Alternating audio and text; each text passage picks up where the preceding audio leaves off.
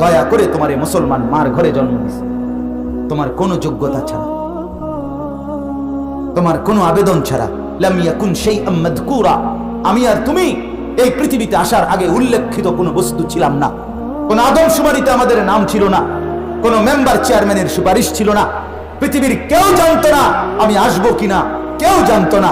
রব্বুল আলামিন বলে শুধু আমার ফয়সালা ছিল বলে তুমি পৃথিবীতে আসছো, ঠিক কিনা বলেন না? তাইলে আল্লাহ তাআলা দয়া করে ইমানদারের ঘরে জন্ম দিয়েছে। জন্মের পর থেকে শুনছি আজানের ধ্বনি, আল্লাহু আকবার। কি পরিমাণ সৌভাগ্য!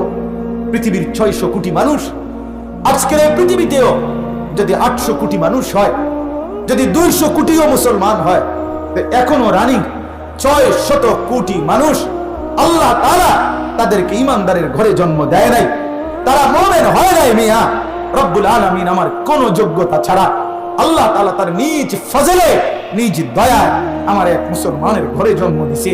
এর চাইতে বড় সৌভাগ্য আর কি হইতে পারে বাপ? আমরা সেই ঈমান ভুলে গিয়ে, আল্লাহকে ভুলে গিয়ে মুসলমানের পরিচয়